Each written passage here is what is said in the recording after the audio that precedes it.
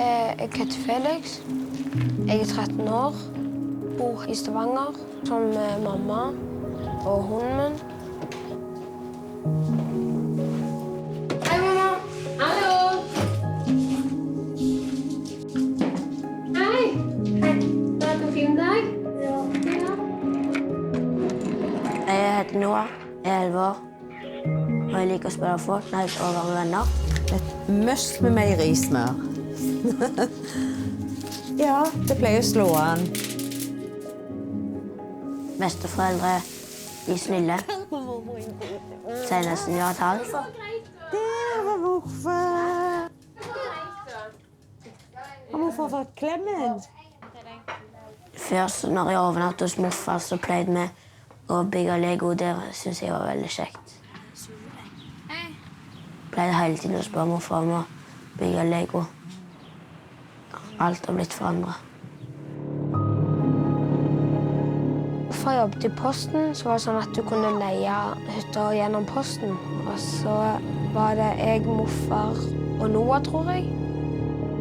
Så kjørte vi i bølgene, så sprutet det. Jeg tror vi, jeg og Noah og morfar, syntes det var ganske tøft.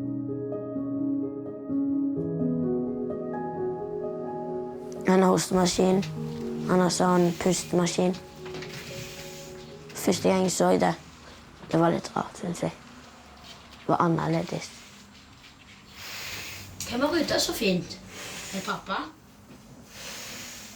De sa det inn på sykehuset. Så hadde han tatt sånn prøver og sånn. Har du laget den alene? Skjønt, morfar? Så kom jeg opp på sykehuset nå, og så da sa de at han hadde fått ALS.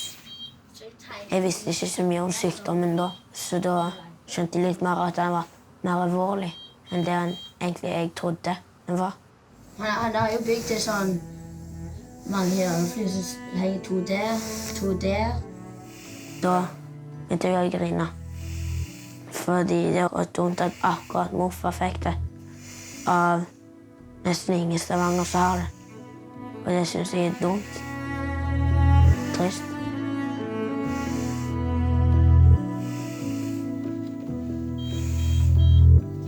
Han har jo lagd dette til meg også.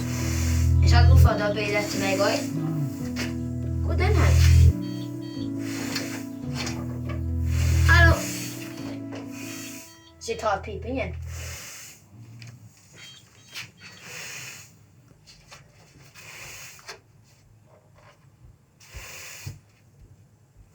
Du har bare limt de på, oppå.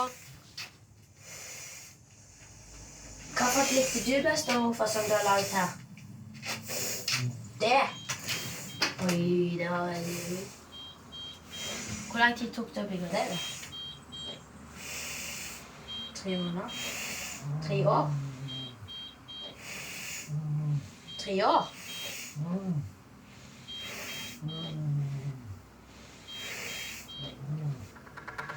Åja!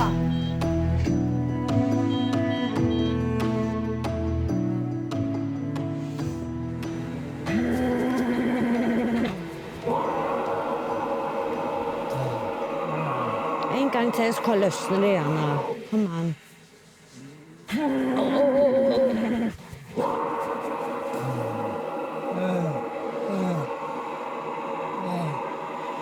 Nei. Fikk du det? Ok.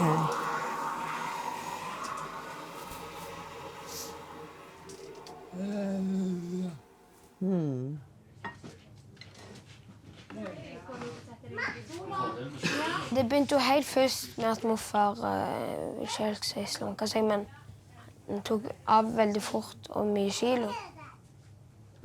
Også når vi moser maten hans, fordi han får ikke det like lett gjennom munnen som vi moser det. Og så får han det inn i magen, i navlen. Det er kylling, gulrot og brokkoli og potetmos. Så de har lagd det til en tåle, og så går det fra en maskin og så igjennom, så han får mat. Ja.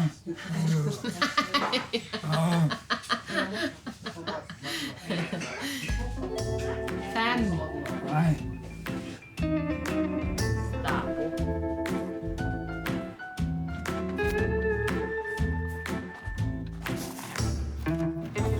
skateboard. Hvis vi skal liksom på tasene, så får vi liksom danse litt. Så hvordan var det på skolen i dag? Kjekt.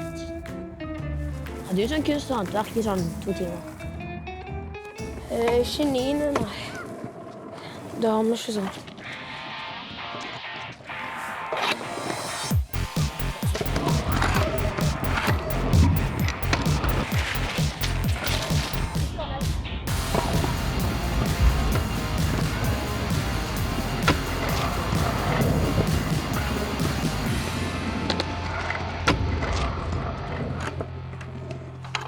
Ser du, jeg går ned i sånn.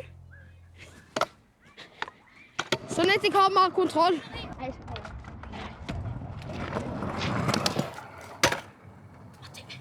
Bare prøv på ny. Men det er bare et tips hvis du kjenner at du får ubalanse, så står det ikke sånn, da står det bitte litt nedi, sant? Og så fatter du. Ja. Og så ned. Det er bra.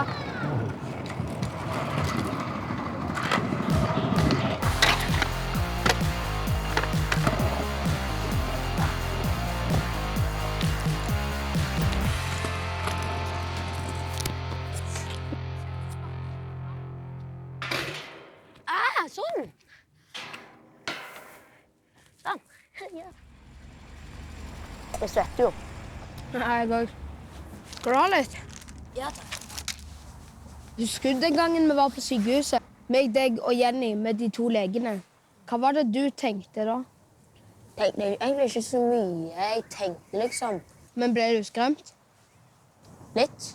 Jeg ble ikke skremt av de. Jeg ble liksom skremt liksom hva jeg skulle få si og sånt. Hvem har du snakket med sykdommer med? Jeg har snakket med de nærmeste vennene mine. De har jeg snakket med. Og helsesøster, mamma eller familie. Jeg har ikke sagt til helsesøster, men jeg hadde litt lyst til å si helsesøster. Men så vet jeg en lærer der som heter Stine. Hun vet det. Er det mye ute? Hæ? Er det mye ute? Litt. Det er jo veldig kaldt nå i det siste, da, mann.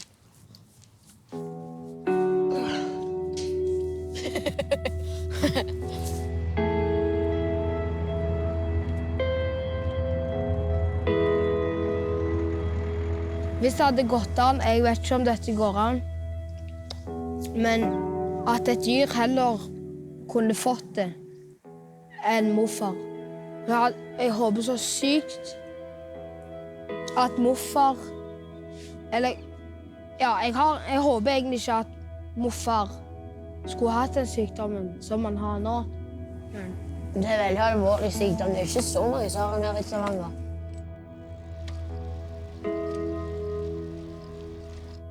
Du må vri den der skjermen igjen, da.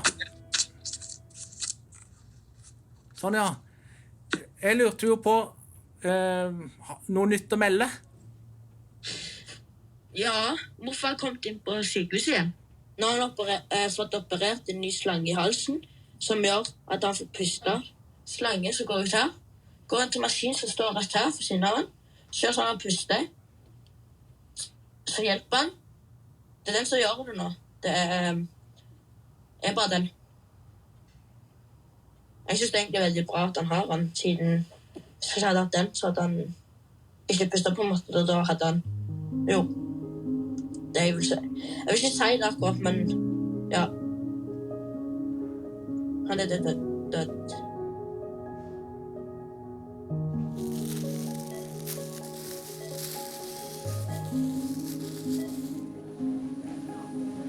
Hei! Så fint å se deg.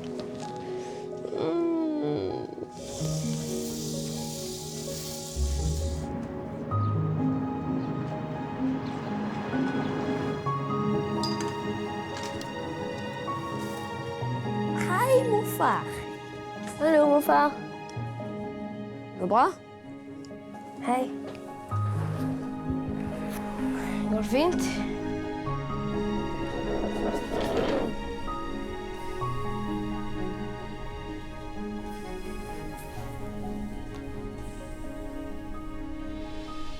Ja, jeg syklet til dag i skolen og bort her. Så jeg har låst den ute. Skikkelig lås? Ja, den er god. Det er vanskelig å klippe den opp, tror jeg. Han er litt tjukk. Han er sånn cirka. Mormor sa noe i går om at den hadde gått av. Gikk det fint, synes du, eller gikk det fint etter hvert? Bra. Var det greit ellers, da?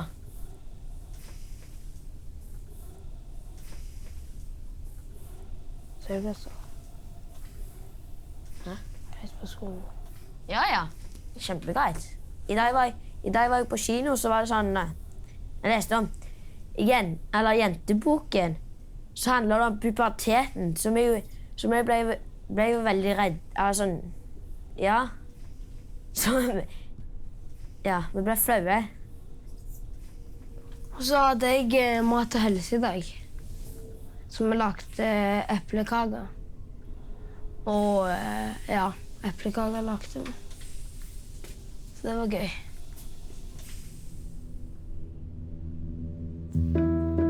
Jan Petter Østerhus har ALS, men Stavanger kommune har andre planer. De vil flytte ham til et sykehjem. De sier det vil ta 7 måneder.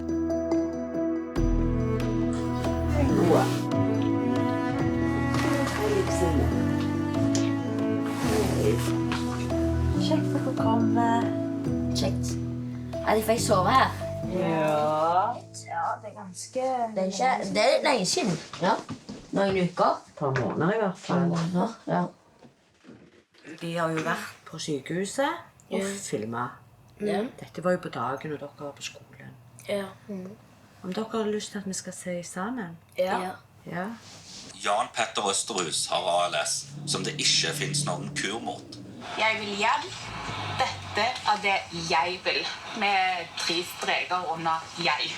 Men Stavanger kommune har andre planer. Skjønner ikke at en kommune kan ha så stor makt at de kan bare bestemme over et menneske.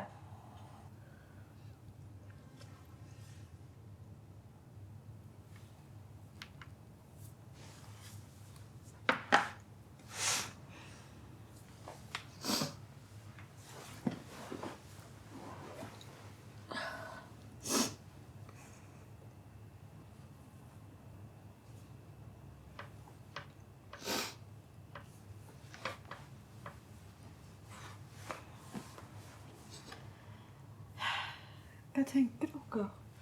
Jeg synes det er helt forferdelig. Selve sykdommen. Og at morfar kanskje ikke får lov til å komme rett hjem her. Jeg synes det...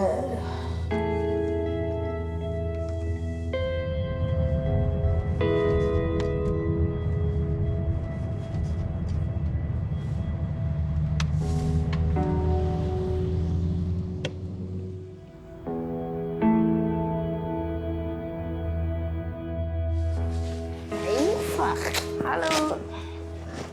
Lenge siden sist. Hei. Hei, morfar. Går bra? Hva har du gjort i dag, da? Noen ganger kan det å snakke med morfar være vanskelig. Og jeg har gått lang tur. Og noen ganger må vi gjette hva han forsøker å si. Ned til vannet. Ned til vannet? Når jeg ikke forstår morfar, så blir jeg lei meg. For jeg vil ikke at han skal forstå at jeg ikke skjønner han. Jeg skjønner ikke. Kjekt på Halloween. Å ja, kjempekjekt. Jeg også hadde det veldig gøy. Det var en venn av meg. Han fikk sånn svær pose. Det var helt fullt opp.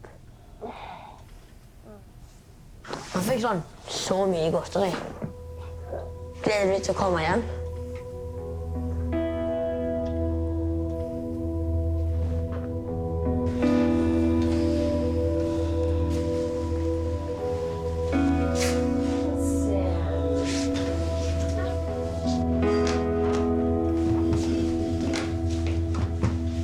tenker mye på at morfar kan dø. Jeg tenker på morfar når jeg er på skolen, hjemme og med venner. Jeg tenker egentlig på morfar hele tiden.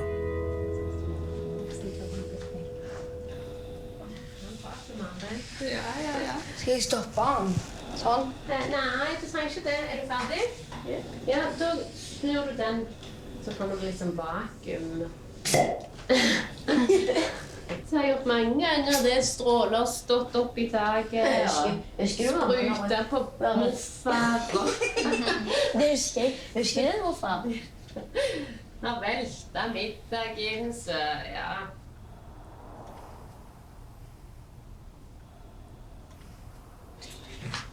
Skal du ha jakken? Fryser du? Hva er det du vil ha, så? Lommebok. Hva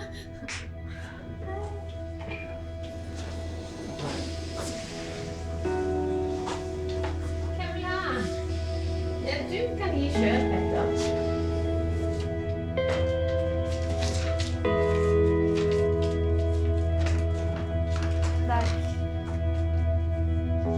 Tusen takk, morfar. Tusen takk, morfar. Tusen takk.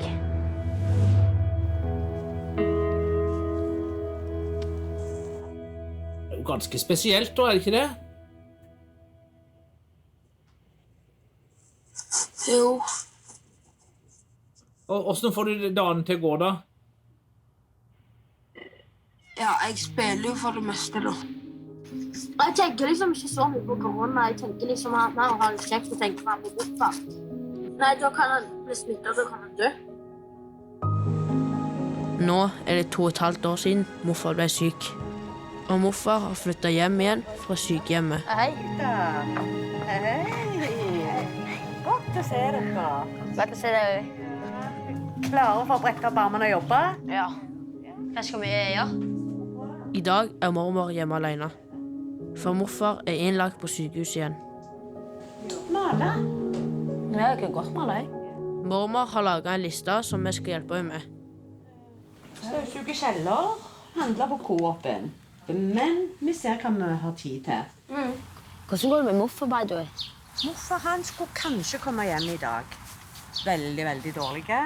De fleste som har ALS, de blir dårligere, litt sånn trappetrinn for trappetrinn. Men morfar, han er det akkurat som en rusjebane.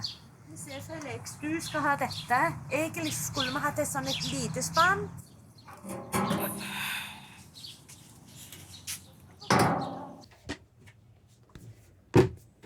Etter at morfar flyttet hjem fra sykehjemmet, er kjelleren blitt fylt opp med medisiner og mat til morfar. Litt sprøyter til morfar, som du ser her.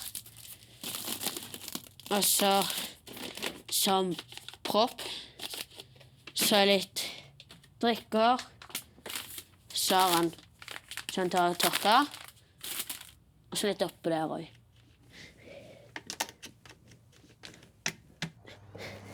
Jeg synes det er kjempekjekt å jobbe for mormor. Da hjelper jeg mormor samtidig som jeg tjener penger.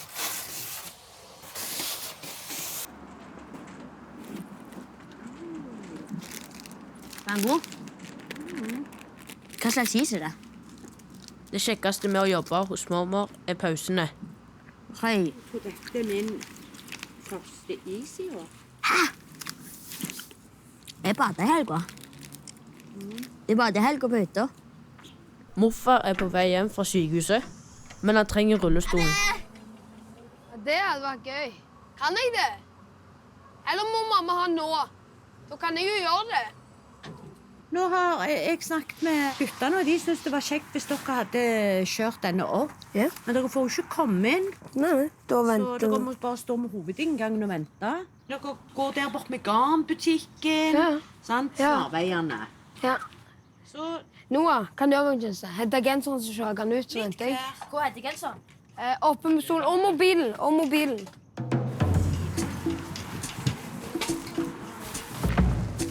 Den går ikke så kjapt, altså.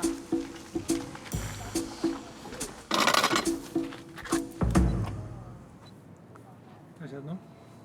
var den der. Jeg tror det går bra nå. Det er så langt vekke. Pass på. Altså, det går bra.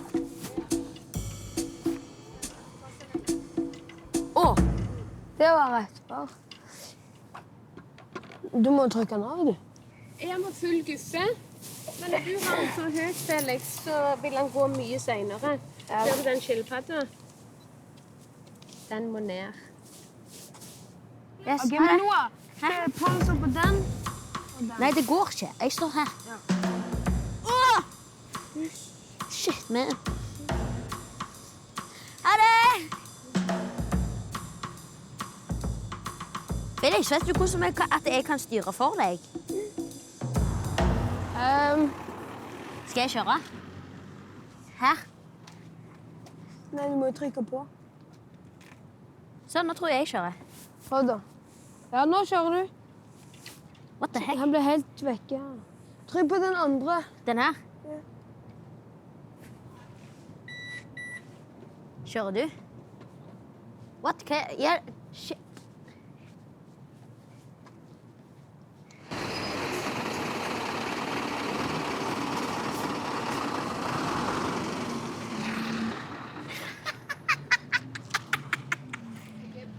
Stopp!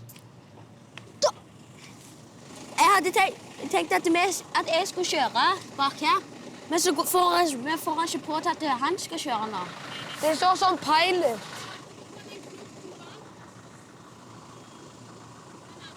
Den? Sånn. Ja. Vi må kjappe oss. Det vil si at vi hadde fått det her problemet mitt her. Han der måtte vente. Shit. Det er så helikopteret akkurat lander nå. Jeg tror ikke han får lov. På grunn av korona. Jeg vil være med inn. Nå så det er korona, er det kjempestrengt på sykehuset. Og det er bare morfars pleiere som har lov til å være med morfar. Har han solbriller? Nei, det er hjemme. Søren.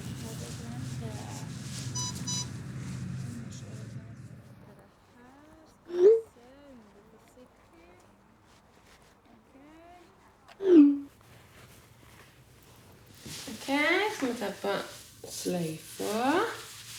Jeg sniker denne under. Det siste rest. I dag skal jeg ha konfirmasjon. Tenker bare å ha det gøy med familie. Men sånn at seremonien hadde et. Men nå på grunn av koronaen, så vet jeg jo ikke helt. Det er sånn live. Ja, de kan streame. Nå kommer morfar snart.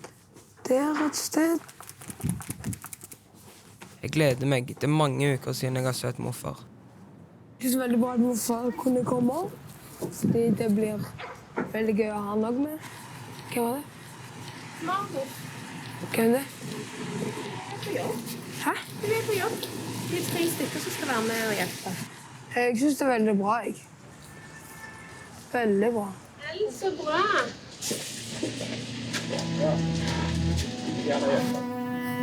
Sikker på at de jobber her.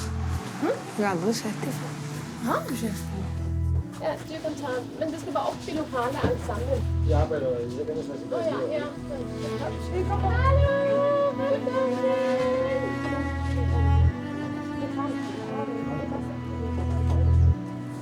Hei, søsteren min! Hei! Fantastisk, Petter! Jeg gleder meg til å treffe morfar, men morfar har blitt mye dårligere. Alt på kroppen har sykdommen ødelagt. Alle musklene til morfar er nå borte. Du skal gå bort. Ingenting virker lenger. Alt utenom hodet.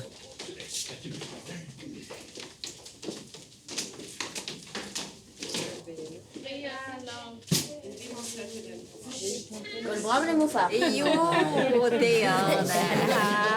Jeg tror morfar er veldig varm.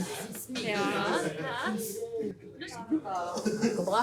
Ja, den rolige. Ja. Kan du ta ett så jeg har det? Men vi må ta det til vannet. Det tar så lang tid.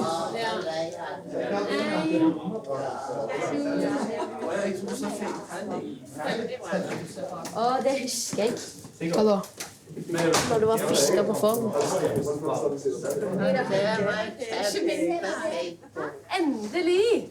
For det kan jeg vel si. Endelig kan vi feire deg som en konfirmant. Og ønsker alle velkommen til en litt sånn spesiell tid. Så første side i helvete. 1, 2, 3. Alle vil meg gratulere, tenk nå jeg konfirmant. Denne dagen skal vi feire fulle på med proviant. Det blir. Spis noe godt, min venn, ja, spis noe godt, min venn.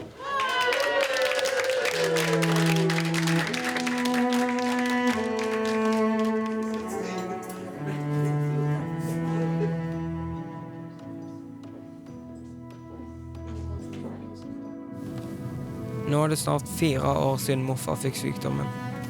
Meg og Noah har bestemt oss for å reise en plass som betyr mye for morfar. Jeg tok vel kanskje litt mye. Skal du være der hele helga? Ja. Så kjekt. Hallo. Hvor lenge siden er det du har vært på Fogn? 2 år. Det er lenge siden. Meg og morfar skulle kjøre ut med båt. Plutselig når vi kjørte, så bare falt motoren i vannet. Jeg bare falt rett av.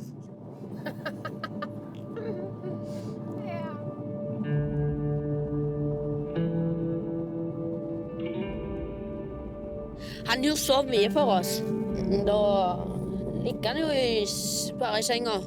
Og så må vi hjelpe han og mormor. Heldigvis da, at vi har så mange gode minner om den plassen med morfar. Vi startet en ny rekke. Husk, alle de kan jo ikke dra til Fogn.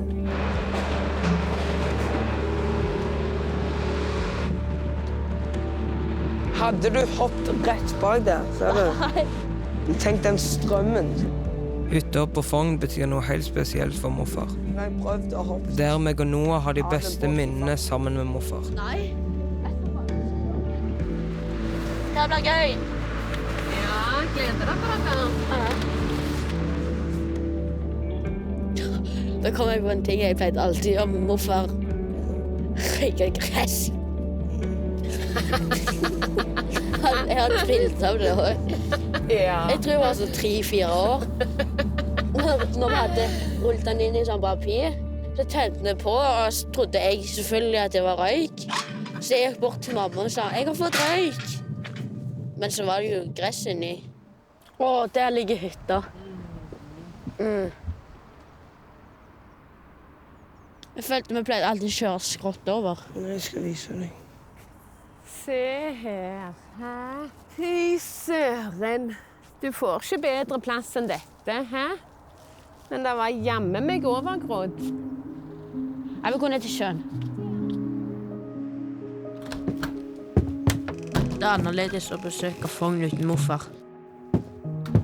For Fogn og morfar, de hører bare liksom sammen. Feli! Jeg tror morfar kommer til å sette pris på bilden vi skal ta.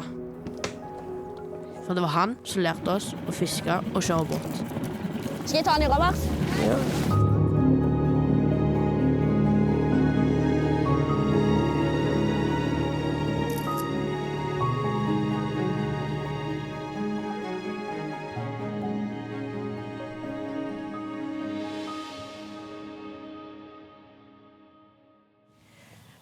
Men det blir rart, siden jeg er så vant med at når jeg viser noe eller sier noe, så får jeg svar tilbake.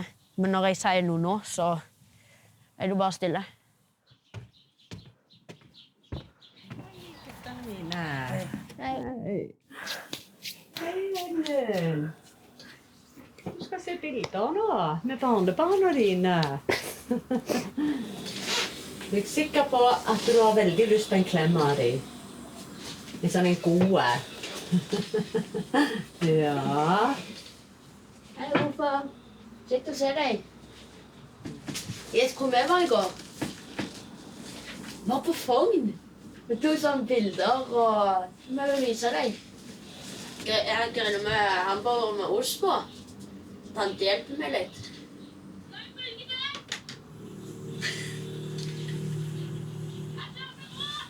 Det som skjedde, du vet når vi skulle ut med båten, morfar. Så, du vet motoren var ikke helt nede i vannet, liksom. Så når vi begynte å rygge ut, så kom motoren nesten helt opp av vannet.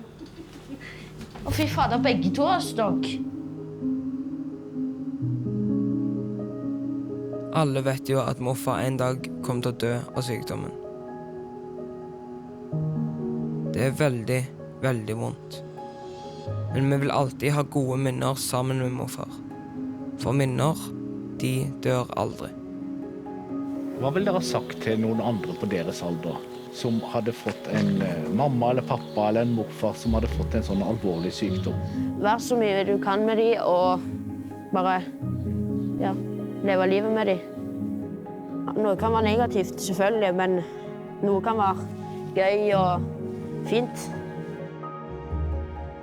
Jeg griner av og til, men det er ikke sånn ofte siden jeg mister liksom ikke ut av hjertet.